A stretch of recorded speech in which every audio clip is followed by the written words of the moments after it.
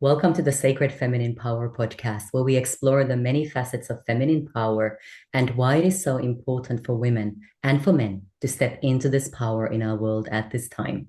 This is Emmy from Feminine Revered, and I am so very excited to introduce today's guest, Angie Twydall. For over 30 years, Angie has walked the path of womb healing, guiding women through sacred ceremony, shamanic practice, and deep personal transformation. As founder of the Sanctuary of Sophia, her work has been dedicated to restoring connection, power, and sovereignty to the feminine. Now the call has widened to heal the wastelands of the masculine and the spaces in between. Through her new online programs for men and for those working alongside men, Angie brings the same depth, ceremony, and trauma aware guidance that has transformed the lives of women for decades. Her mission is to weave a renewed balance between feminine and masculine so that healing ripples through individuals, communities, and the collective. And on a more personal note, Angie is also one of my dear womb awakening teachers and was one of the very first guests on this podcast when I first launched in 2020 as well. And I am so very excited and so very honored to welcome her back to the podcast. So welcome, Angie. Good to have you here. Oh, Emmy, that's such a lovely welcome and an introduction. And yes, we do spiral back together. And what I love about this way we connect and weave is, I learn from all my students and, we just go out into the web and see each other as equals. So blessings on all your work and where you've gone and taken this work out into the world. It's beautiful to watch. Oh, blessed be. Thank you so much, Angie. And I can't wait to see where our conversation spirals today. Mm. Yes. But since it's been a while since we last chatted on this show, I would love to spiral back to the question that I usually ask my guests, which is, what does sacred feminine power mean to you personally? Personally, when I really tune into the core of my being, it's that embodied wisdom within my womb space. It's carried in the womb, whether you physically got one or not. So for me, I still have my womb, and that was my womb healing journey, womb disease. So from that place, the source of creation, the source of my intuition, that power and life force energy pulses out. That is what feminine power means to me, coming from that place. So not coming from my head or my heart, it's coming out. And that power, that word power can trigger and cause reactions in all sorts of people. And I've had to work on that word power. But for me, it means presence, compassion, and truth rather than power over, domineering, all the sort of patriarchal connotations of what power means. So that is what feminine power for me means. And it's also a cyclical relationship with myself. So as I've gone through my cycles of my wombs, my bleeds, through menopause, and now cycling more with nature, more on the bigger scale with the bigger energies of the galactic, the galactic cosmic womb, spiraling with those, and in relationship to the micro and the macro. So the big and the small, working with the bees, work with the bees still, being a mirror. So looking at everything around me and within me and how connected I am to everything. So that cyclical nature of it all and how it relates to me, self and others and Mother Earth is hugely important for sacred feminine power. But all of that, I have to mention the shadow and the light. So the sacred feminine power is not spiritual bypassing. It's not all love and light. With this deep sacred feminine power within, I have had to really look at my shadows. Really, wow, have I got a shadow? I was naive enough to think I didn't have a shadow when I first did this work. Oh no, I'm all good. But wow, the shadow is there in past lives, deeply going in. And the ability to transmute that, to welcome that shadow in, look at it, really look at it, and then, okay, I can see what's deep within this darkness of my soul, of my womb, and that can be transmuted and changed. So that is a key piece with sacred feminine power, and not staying in that whatever the emotions are, the rage. I see a lot of sacred rage out there, but moving through it. That's the key in all this sacred feminine power work, is to move through the emotions that come up. And all of that is rooted in the shamanic way of the medicine wheel, which honors all the eight gates, maiden, mother, lover, crone, the elements, luminary beyond the womb. So it's rooted in that. And actually, I really feel that sacred feminine power is embodied. I really feel where I've been teaching this work for many years now, I've lived this wheel. This wheel is within me. I am part of it. It's part of me. So yeah, sacred feminine power is a lived, embodied experience from my womb space, from connection to others, from healing and being healed. And it's beautiful. It's beautiful to touch into all of that. Mm. Oh, blessed be, you're touching on so many beautiful, beautiful points there. And you've opened up a number of portals that we could dive deeper into right away. But I'm sure we'll do that in just a moment. But before we get there, Angie, I would love to hear from you about a challenge that you have faced on your journey that's really helped you to embody and activate the sacred feminine power within you. Mm. I think it really has to go back to when I was age 32, when I collapsed at home in agony. I'd luckily had my two children then. But long story short, I was rushed to hospital. They weren't sure if I had appendicitis, bowel problems. And it was discovered I had endometriosis really badly. And they wanted me to have a complete hysterectomy there and then. So I could have done that. And that would have been sorted, fixed, and I could have carried on. I was working for the civil service then, shift work, one of the very few women who were customs officers at that time, so a very high pressured job. Um, but I didn't. I didn't have the hysterectomy. My whole body was screaming no. And that was the quest for alternative therapies. And literally that healing journey made me know that there was another way in life. And my husband and I were working shift work together, passing ships in the night, earning a lot of money, but the kids were at childminders, night, morning, day. So it was a very, people see that as a normal way of living, but looking back on it, it wasn't right. It wasn't really the way we're here meant to be. It wasn't aligned. That's the word. It wasn't aligned to my soul.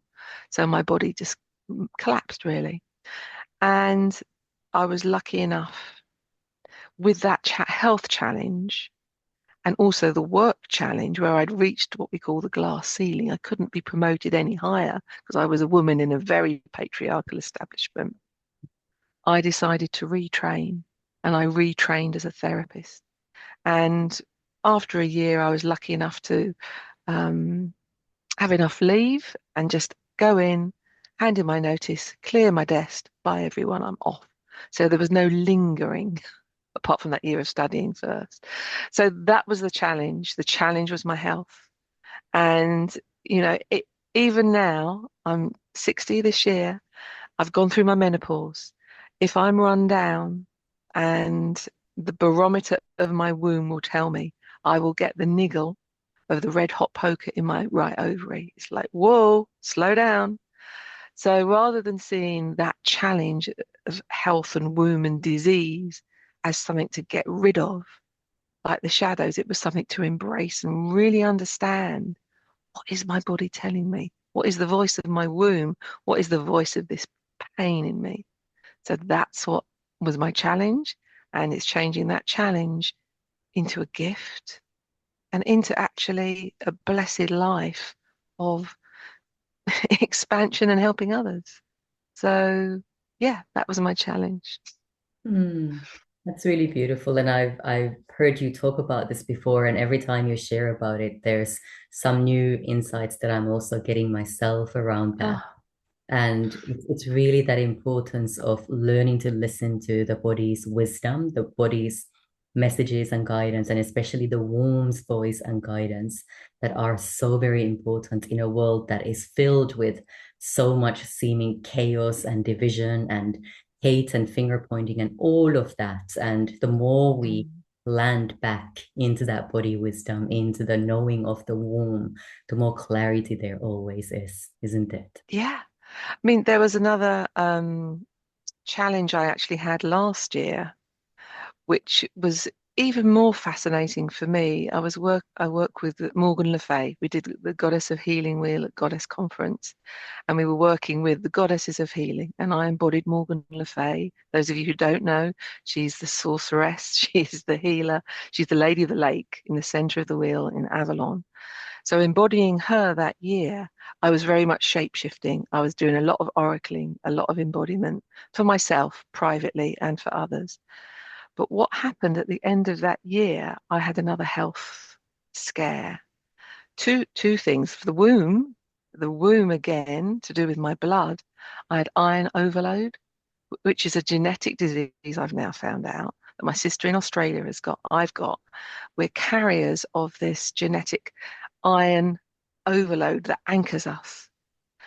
Now, why would that happen to me when I've just spent so much time out of my body channeling, being out here? So the hidden message of that journey that I took, the gift of that, was you are in a body. You are meant to be here serving probably as a bridge between the two, not just one or the other. And it's managed. I mean, when I first heard this is what I had, I thought, oh, the only cure, and it's not really a cure, it's a temporary fix, is bloodletting. And I thought, oh, I can just get myself some leeches. I can quite easily just thought medieval. It took me to that place of doing it myself. But no, you can't do it yourself. So yeah, I have to go, well, I'd ideally go every couple of months to have a blood donation to give blood here in the UK. But I can only go every 4 months. So this is another cycle. It's like I am bleeding every 3 to 4 months. It's fascinating. It's absolutely fascinating. And once I've given that blood, I'm fine. It's the symptoms are similar to anemia. Too much blood, too much iron, too little iron are very similar. Brain fog, fatigue, and it can go to your organs, but it hasn't. It hasn't because we caught it. I listened to my body. So yeah, there we go. It's just spiraled off on another tangent.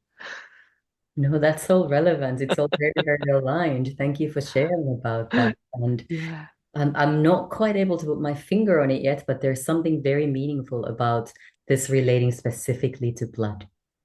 And I don't know. I'm just getting images, ideas, visions of bloodlines, of ancestral lineages, of the Yeah. importance of menstrual blood, of how our blood carries that ancient wisdom and knowing, and how it's steeped inside our bones. I don't know, what are you getting when I'm saying this? Oh, when you say that, I just literally close my eyes and drop into blood types. You know how they classify O, A, B negative. I'm AB negative, which is 5% of the population are AB, and 1% are negative. So then I go out to a planet. Which planet am I from then? Which is rare? Where am I? Woo, in all of this. And all that tribe who are AB negative. Where are you? Where are you? What are you doing with your life? I'd love to do some research on that. I'd absolutely love to. Maybe I should need to do a poll or something. That would be a great idea. So yeah, blood lines, past lives, mother line. I know both my mother and my grandmother had blood issues, different to mine. Sticky blood. My nan used to say, "Oh, I've got sticky blood." Endometriosis, sticky blood. So yeah, it's fascinating. It's really, really fascinating, the blood. Mm. Oh yeah, absolutely. And okay, I'm being called to bring this in as well, especially now when so much of the blood on planet Earth has been tainted through all kinds of injections and shots and so-called Mm. external remedies and medications that are meant to be for the good of humanity. And Mm. obviously turns out that it's nothing but that it's exactly the opposite, and that Yeah, how important it is for us to really claim our sovereignty around that as well, and to protect that precious blood that lives inside ourselves. absolutely. Absolutely. Yeah. Um, I'm gonna go there as well. I was really shocked how many of my priestess sisters and spiritual friends went down the vaccination path, Mm, um, and my family. And I know so many people have got their different stories of how their family reacted to that. My family wouldn't see me yeah. because I wasn't vaccinated. Even if I wore a mask, they wouldn't see me. And my older sister, she was, and she has caught COVID so many times, and she's now got long COVID.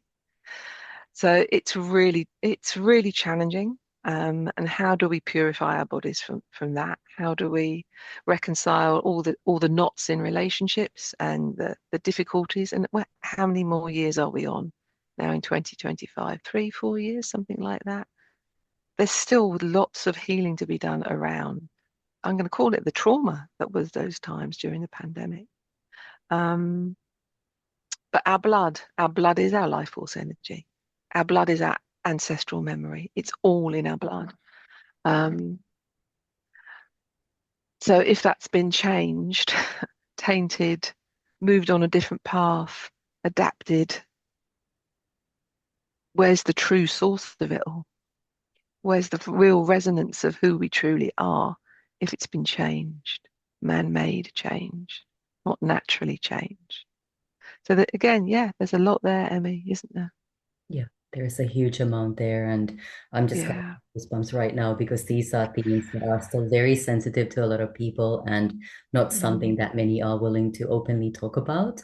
Yet it is that sharing and that talking that is so very needed to start to bring light and healing into that huge, huge collective trauma that many are still completely and totally refusing to acknowledge, and mm, more people are starting to awaken to, especially when they're seeing the injuries and the horrendous mm. consequences of this Yeah. first shot. Well, I don't know if you remember, was doing some research on the number of women who are miscarrying Yes. and the number of elderly women in their 80s who were bleeding again Yeah. vaginally, like having a period. So the blood, it was affecting the blood. Um, yeah, I don't know whether that would be me taking that forward and looking at it more or not, but there's there's a lot to be done and unpicked all around that. And voicing actually our own sovereignty. So a bit like when I was offered or encouraged to have a hysterectomy and my whole energy field and body was screaming no, it was the same with vaccinations. I just knew, no, no, that's not happening for me. And I honor everyone else's choices. But for me, do people just follow things because that's what everyone does? Because we're used to being told what to do. We call it the nanny state here in the UK. You know, the government will look after you, the NHS will look after you. But actually, that you are giving your power away and you become victim. You become a victim. So going back to what we were talking about originally, the sacred feminine power is actually trusting ourselves and our own wisdom to question things, find the knowledge, ask questions. And if you can't ask questions and you don't get the answers, then there's something very wrong externally because the answers are within. If we just stop, just stop. Exactly. Exactly. Touche. Yeah. Beautiful. Well, this was a part of a conversation neither one of us really planned to bring in, but it feels like it's so resonant in the field that it's very, very important to voice. And thank you for not shying away from it. It's Mm. super, super important. And I would love to hear from you if you do decide to take that bloodline research, whatever that might look like into the future somehow. And Yeah, I feel there's a need. I feel there's a need, and definitely a seed has been sown. beautiful. Yeah. Yeah. Well, earlier on, when you were sharing about your story, you talked about the shamanic way of the womb a little bit already. And this, of course, is a very, very dear topic to me as well. And it is very much aligned with the discussion we just had as well around sovereignty and power and all of that. So I would love to hear a little bit more about your journey with the shamanic way of the womb and this book that you've also recently released as well. Mm. Mm. Well, I'm very blessed, as you know. My teachers were Sarah and Azra Bertrand, who wrote Womb Awakening, and Rod and I were two of the teachers who were gifted the work. They said, take it out into the world. And over the years, I've weaved in my priestess skills and all the shamanic stuff. So it's morphed, as all things do, they morph and change. But honoring my teachers is really important. So it's not something that's just been downloaded or I've just, taken from a book or a website. It's it's a lived experience, a lived experience of the trainings and retreats and all of that, as you know. So the shamanic way of the womb again morphs and changes each year. New stuff comes in, things get tweaked and adapted. But the core of it is a template over the womb space, the parts on our body that carry or are the keys to doorways for wisdom. So, for example, the base of the womb connects us down to the element of earth and our relationship with earth. I'll be grounded, I'll be rooted. Um, and I won't go all the way around it, but there's different parts of that template that is living within us that has been completely forgotten. And the energetics held in the womb are very different from the heart. Well, we all know the heart energy, the radiance, the opening of our heart, and the third eye. I mean, for years, I was a yoga practitioner, teacher. I don't teach anymore. I just have my own practice. But, the third eye was the focus and the throat and the heart. But now, for me, the source is the womb. Everything else becomes aligned once my womb is in her full power and aligned. And that's the journey I took. So it's lived, it's real, it happens. And then, really, what happened for me, I started specializing in womb healing. So back 10 years ago, womb healers, people hadn't really heard of womb healing. It's been such a wave to specialize in this. So I went on to develop things, especially for women with trauma. So that piece of true trauma-informed healing is key in the Sanctuary of Sophia. Even now, when I go for a massage myself, um, I have to feel relaxed and I have to trust the therapist I go into. And a lot of therapists still aren't trained in creating sacred space. They're not trained in invoking any particular deity, god, goddess, to hold the energetics. So all of that for me is important. And once you've experienced that, it's very hard to go back to just a normal clinical setting to have a massage. Mm. So I've gone off on a tangent again, but hey ho.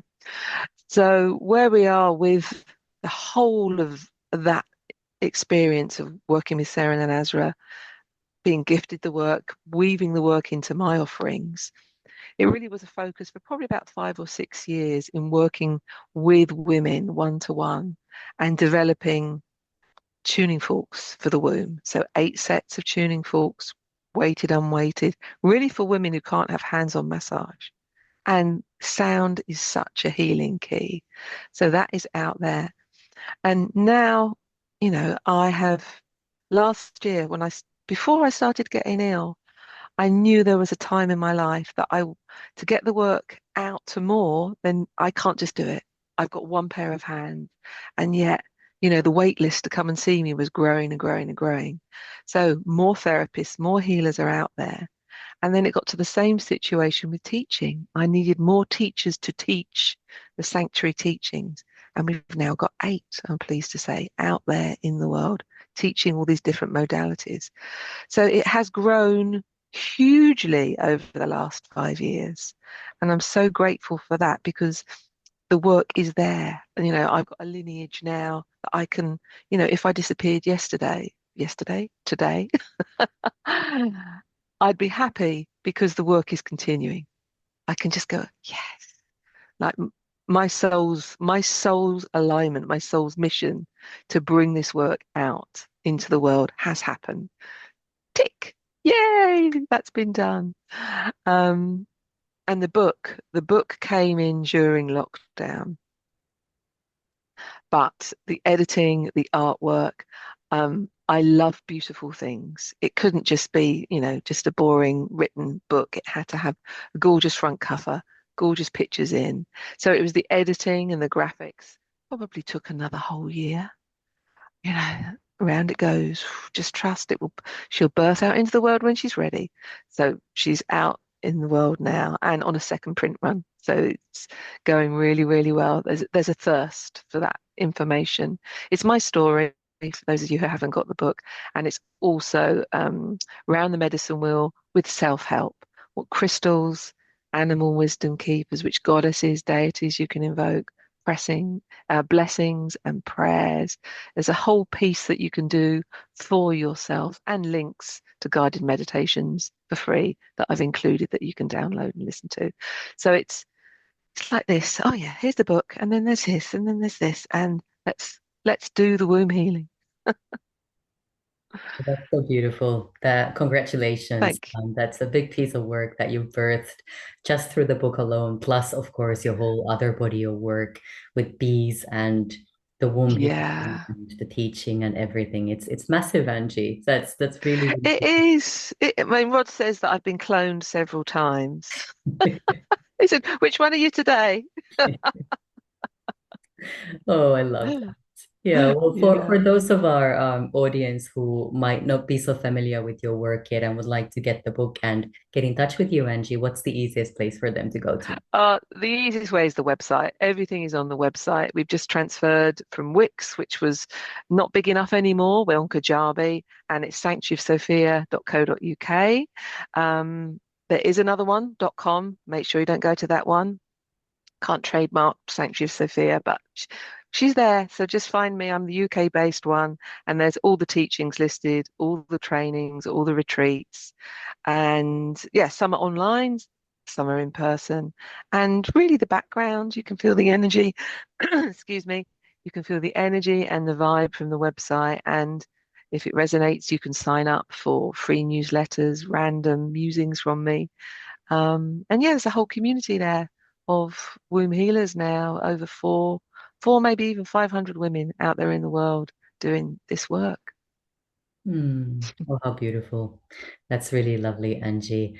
And I just love how widespread this work and this wisdom is becoming. It's so very important. And thank Mm. you for really truly honoring that calling and following it because it takes a lot of Mm. courage and a lot of perseverance and humility to do that. So thank you. Thank you, darling. Thank you. Thank you for seeing that. And it is a thing of putting your head above the parapet. You're being seen. You have to be seen. You have to be out there. And we're not necessarily used to doing that. And it takes a lot of work on your own self-worth and why am I here? If not me, then who? If not me, if not when, why? All of those sort of questions. Yeah. Yeah. And why not me? Yes, exactly. And can I just do one little plug? If there's anyone in the UK who wants to come to Glastonbury in October, we've got a 3-day womb immersion, which is a bit like the first womb conference, womb experience, not a training, gathering in the teachers, gathering in demonstrations, talks, ceremony, products that all these amazing creative women are making out into the world. Yoni steam stools, rattles, drums, teas, beautiful, beautiful things. So yeah, that's on the website under events. I'd love to see you there. Oh my gosh, I wish I could be there as well. That sounds Oh, really amazing. Yeah. come, come, Emmy, come, come. I'll put that on the bucket list of things miraculously to be manifested into my Yeah. beautiful. Well, Angie, is there anything else that's still coming through for you in this moment that you feel would be important to share with our Mm, I think I really have to speak to men's awakening. Mm, And you sort of look at each other and think, men's awakening, how many awake men are there? How many conscious men are there? I can remember when I first started this work, one or two men would turn up to a drumming circle or a sharing circle. And here we are in 2025, still in that same position. So last year, at the end of Goddess Conference, after I embodied Morgan Le Fay, I had men come up to me and say, "What about the men? What about us?" And I thought, oh God, I'm really not expecting that after working with womb all my life. Am I now stepping into men's work? So the answer to that is yes. So back in January, I did a 6 week healing the wastelands. Now, those of you who don't know the Avalon myth, the wastelands are where the men come out of alignment with the land, within right relationship of the land and the women, and Goddess, Mother Earth becomes barren. And the mirrors of reflection of relationship and what is happening in the world is really true, is really happening. So I did a 6 week training based on what I'm calling the sword of union, sword of truth. So it's a template that is a sword for the masculine, working with their body parts, and it's knave, knight, and king are the three archetypes. Then we look at the elements around. So there's as much material for this for a whole year's training, but they're not ready yet. So I'm just keeping it to a 6 week training, just an introduction. It's for men. It's also for women with their partners who want to come, and also women who, like me, who are working with men. So it covers all of that. There's a wait list. There's no set date yet. When I've got enough, it will run. Oh, how beautiful. Yeah.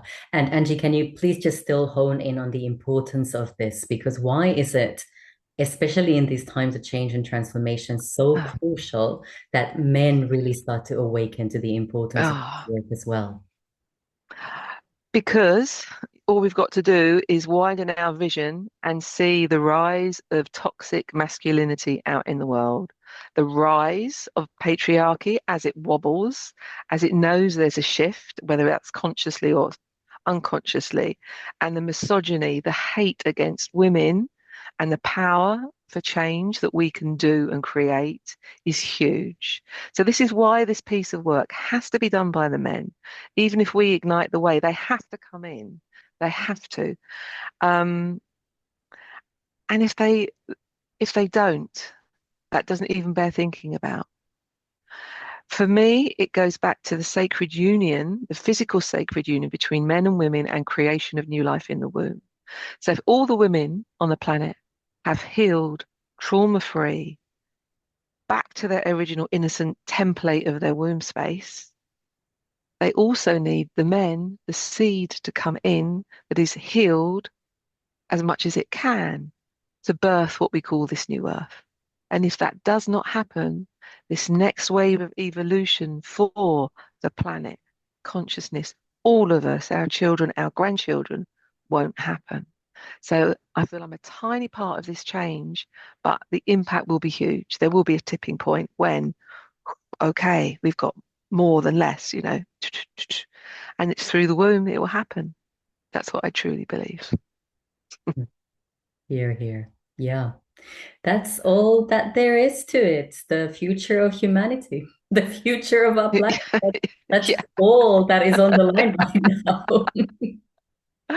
But we don't have to do it alone. We Mm. don't have to feel burdened by it. We don't, yes, we might feel responsible and have to do something. As long as we're taking those steps, that's the thing. Take the steps, put it out there. If they come, they come. If they don't, they don't.